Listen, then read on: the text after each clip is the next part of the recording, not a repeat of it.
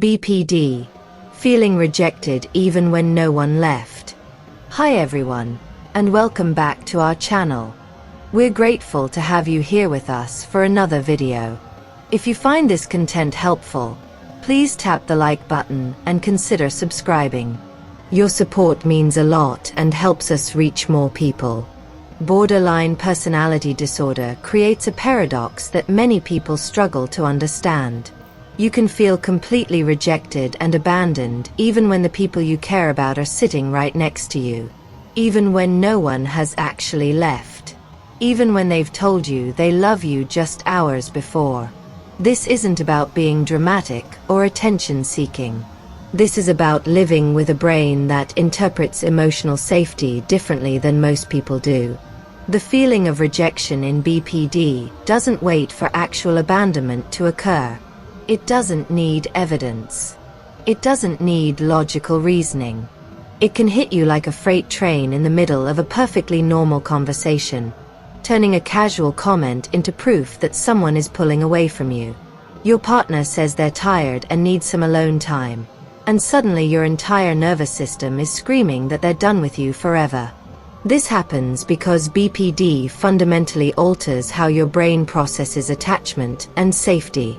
When you have BPD, your emotional radar is constantly scanning for signs of rejection, even in neutral interactions. A delayed text response becomes evidence of abandonment.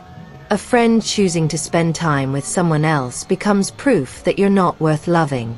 A romantic partner having a bad day becomes confirmation that they're planning to leave you. The intensity of these feelings is what makes BPD so misunderstood. When you tell someone that you feel rejected, they might look around and point out that no one has actually rejected you. They might remind you that your friends are still your friends, your partner is still your partner, your family is still your family. But what they don't understand is that BPD doesn't operate on facts. It operates on the perception of emotional threat, and that perception can be triggered by the smallest shifts in someone's energy or attention. Your brain with BPD is like a smoke detector that's been set to maximum sensitivity. While most people's emotional smoke detectors only go off when there's actual fire, yours goes off when someone lights a candle 3 rooms away. It's not broken, exactly. It's just calibrated to detect threats that might not be visible to others. The problem is that when you're constantly responding to false alarms, it becomes exhausting for both you and the people around you. This hypersensitivity to rejection often stems from early experiences where emotional safety was unpredictable. Maybe you had caregivers who were loving one moment and distant the next.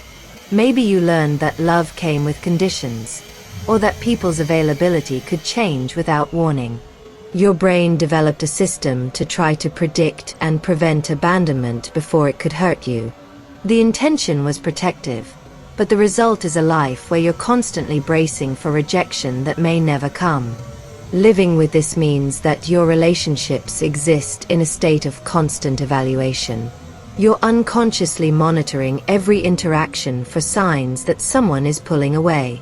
A conversation that ends a little too quickly. A hug that doesn't last quite long enough. A laugh that sounds slightly forced. Your mind collects these microsignals and builds a case that rejection is imminent, even when the other person has no intention of leaving or withdrawing their love. The cruel irony is that this fear of rejection often creates the very distance you're trying to prevent. When you're constantly seeking reassurance, analyzing every word and gesture, or responding to perceived rejection with anger or desperation, it can push people away.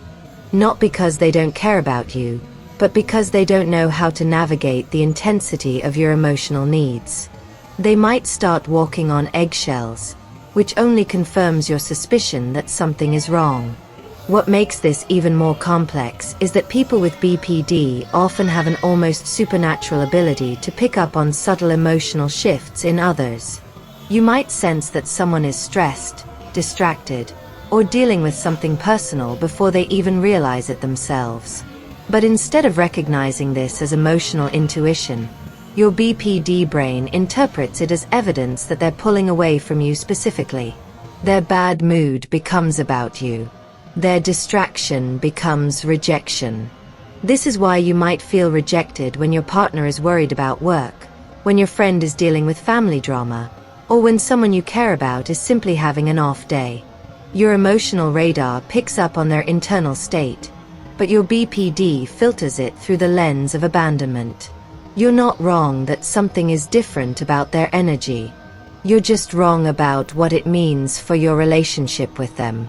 The feeling of rejection in BPD is also complicated by something called emotional permanence.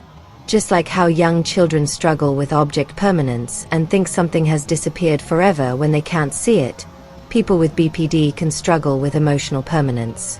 When someone is not actively showing you love and attention, it can feel like that love has disappeared entirely. Even though they told you they loved you yesterday, even though they've been consistent for months or years, their current absence or distraction feels like proof that the love never existed at all. This is why a delayed response to a text can send you spiraling. It's not just about the text.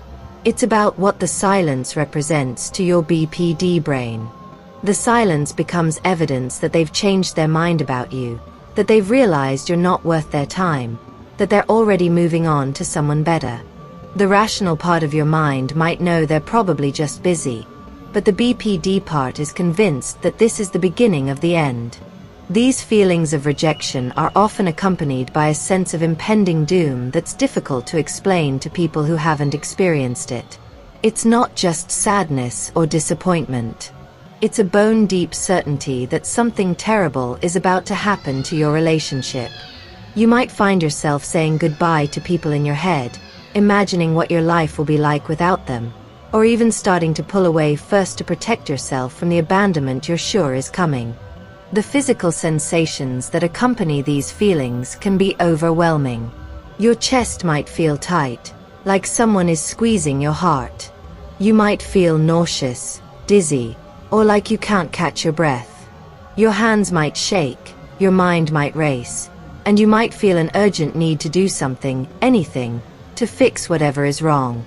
But the challenge is that often, nothing is actually wrong except your perception of the situation. One of the most painful aspects of feeling rejected when no one has left is the isolation it creates. You can't easily explain to others why you're so upset about something that seems minor to them. When you try to talk about feeling abandoned, people might respond with confusion or frustration because, from their perspective, no abandonment has occurred. This can make you feel even more alone and misunderstood, confirming the belief that you're too much for people to handle. The shame that comes with these experiences is often overwhelming. You might know intellectually that your feelings are disproportionate to the situation. You might recognize that you're reacting to something that isn't really happening. But knowing this doesn't make the feelings less real or less painful. Instead, it often adds another layer of suffering as you judge yourself for having these reactions in the first place. This shame can create a vicious cycle. You feel rejected, you react strongly, you feel ashamed of your reaction, and then you feel even more certain that people will leave you because of how difficult you are. The shame confirms the original fear of rejection, making it even more likely that you'll interpret neutral situations as evidence of abandonment in the future. Many people with BPD develop strategies to try to manage these feelings, but these strategies often backfire. You might start seeking constant reassurance, asking people repeatedly if they still care about you or if everything is okay between you. While this might provide temporary relief, it can also burden your relationships and create the very distance you're trying to prevent. Others might try to test their relationships, unconsciously pushing people away to see if they'll fight to stay. If they do fight for the relationship, it temporarily proves their love. If they don't, it confirms your worst fears. Either way, these tests often damage the trust and security that healthy relationships require. Some people with BPD try to protect themselves by pulling away first. If you can reject others before they reject you, maybe you can avoid the pain of abandonment. But this strategy often leaves you feeling isolated and lonely, and it prevents you from experiencing the very connection you're desperately seeking. The exhaustion that comes from constantly feeling on the edge of rejection is immense. Your nervous system is always activated, always alert for danger, always ready to respond to threats that may not exist. This chronic state of hypervigilance takes a toll on your mental and physical health, leaving you feeling drained and overwhelmed even on days when nothing particularly challenging has happened.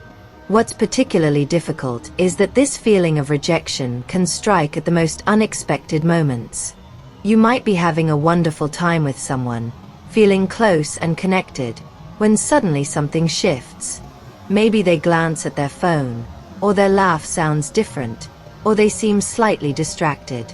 In an instant, the warmth and connection you felt can be replaced by cold certainty that they're pulling away from you. These sudden shifts can be confusing for both you and the people in your life. One moment everything seems fine, and the next you're upset about something they don't even remember doing. They might feel like they're walking through a minefield, never sure what might trigger your rejection sensitivity. This can create tension and anxiety in your relationships, which ironically makes you even more sensitive to signs of rejection.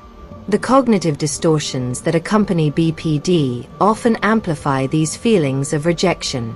Black and white thinking means that someone is either completely devoted to you or completely done with you, with no middle ground. Catastrophizing turns minor disappointments into relationship-ending disasters. Mind reading convinces you that you know what others are thinking about you, even when you have no evidence to support your assumptions. These thought patterns create a feedback loop where your interpretation of events confirms your worst fears, which then influences how you interpret future events. If you believe someone is pulling away from you, you'll unconsciously look for evidence to support that belief while ignoring evidence that contradicts it.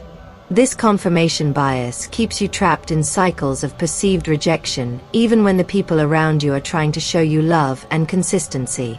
The impact on your sense of self is profound. When you're constantly feeling rejected, it becomes difficult to maintain a stable sense of your own worth. Your value as a person seems to fluctuate based on how available and attentive others are to you. When someone is present and engaged, you might feel lovable and worthy. When they're distracted or unavailable, you might feel worthless and disposable. This external validation dependency means that your emotional stability is always at the mercy of other people's moods, schedules, and availability. You might start your day feeling good about yourself, but if someone important to you seems distant or preoccupied, your entire sense of self can crumble. This volatility makes it difficult to maintain consistent relationships and achieve personal goals. The fear of rejection also often extends beyond romantic relationships. You might feel rejected by friends who make plans without including you, family members who don't call as often as you'd like, or even co-workers who seem less friendly than usual. The pattern repeats itself across all types of relationships, making it difficult to feel secure anywhere in your life. Social media can be particularly triggering for people with BPD who struggle with rejection sensitivity. Seeing friends together without you, watching someone post about activities you weren't invited to, or noticing when someone doesn't like or comment on your posts can all feel like evidence of rejection. The constant stream of information about other people's lives provides endless opportunities to feel left out or less important. The intensity of these feelings often leads to attempts to numb or escape them. Some people turn to substances, others to self-harm, and still others to compulsive behaviors like shopping, eating, or sexual activity. While these coping mechanisms might provide temporary relief, they often create additional problems and don't address the underlying rejection sensitivity. What's crucial to understand is that these feelings of rejection, while not based in current reality, are based in very real past experiences. Your brain isn't malfunctioning when it perceives threats that others don't see. It's responding to patterns it learned were dangerous. even if those patterns are no longer relevant to your current relationships. This doesn't mean your feelings aren't valid or that you should just ignore them. It means that healing involves slowly teaching your nervous system that you can be safe even when someone seems distant or unavailable. It means learning to tolerate the discomfort of uncertainty without immediately assuming the worst. It means developing skills to reality test your perceptions and communicate your needs without pushing people away. Recovery involves learning to sit with these feelings without immediately acting on them. When you feel that familiar surge of rejection, instead of immediately seeking reassurance or pulling away, you can learn to pause and ask yourself what evidence you have for these feelings. Are they based on something that's actually happening? Or are they based on your fears about what might happen? This process requires incredible compassion for yourself. These feelings developed for good reasons, and they've been trying to protect you from pain. The goal isn't to eliminate them entirely, but to develop a different relationship with them. You can acknowledge the fear without letting it dictate your actions. You can feel the pain of perceived rejection while also recognizing that your perception might not be accurate. Building tolerance for uncertainty is one of the most important skills in managing rejection sensitivity. The truth is that you can never be completely certain about what other people are thinking or feeling. Learning to be okay with not knowing, to trust in your relationships even when you can't see evidence of that trust, is a crucial part of healing. This also involves learning to communicate your needs in ways that don't push people away. Instead of demanding constant reassurance or accusing people of rejecting you, you can learn to express your vulnerability directly. You might say something like, "I'm feeling insecure about our relationship right now and could use some reassurance," rather than, "You obviously don't care about me anymore." The journey of healing rejection sensitivity is not linear. You'll have good days and bad days, moments of clarity and moments of overwhelming fear. What matters is developing the skills to navigate these experiences without destroying your relationships or your sense of self in the process. Understanding that your rejection sensitivity is a symptom of trauma, not a character flaw, can be incredibly healing. It's not your fault that your brain learned to perceive threats where none exist. It's not a sign of weakness that you need more reassurance than others might. It's simply the way your nervous system adapted to early experiences of inconsistent or unsafe attachment. With time, patience, and often professional support, it's possible to develop a more secure attachment style. You can learn to trust that people can have off days without it meaning they're leaving you. You can learn that love doesn't disappear just because someone is temporarily unavailable. You can learn that relationships can survive conflict, distance, and the natural ebb and flow of human connection. The goal isn't to never feel rejected again. The goal is to develop the skills to reality test these feelings and respond to them in ways that nurture rather than damage your relationships. It's to build a sense of self-worth that doesn't depend entirely on other people's availability and attention. It's to create space between feeling rejected and acting on that feeling. Your sensitivity, while painful, also comes with gifts. Your ability to pick up on subtle emotional cues means you can be incredibly empathetic and attuned to others when you're not overwhelmed by your own fears. Your deep capacity for love and connection, while it makes rejection feel devastating, also allows for profound intimacy when you feel secure. The path forward involves honoring both your sensitivity and your strength.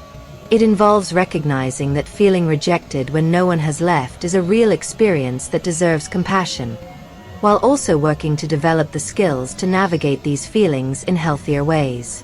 It's about learning that you can survive the discomfort of uncertainty and that your worth doesn't depend on constant validation from others. Remember that healing is possible. Many people with BPD learn to manage their rejection sensitivity and build stable, loving relationships. It takes time, it takes work, and it often takes professional support, but it is absolutely possible to develop a more secure way of being in relationship with others and with yourself. The feelings you experience are real, even when the threats aren't. Your pain is valid, even when it's based on perception rather than reality. And your capacity for healing and growth is greater than you might imagine, even in the moments when rejection feels inevitable and love feels impossible to trust. If this message speaks to you, we'd love it if you gave this video a thumbs up, share your thoughts in the comments, and subscribe for more meaningful content. Your support helps other people discover their path to healing. Thank you for being part of this growing community.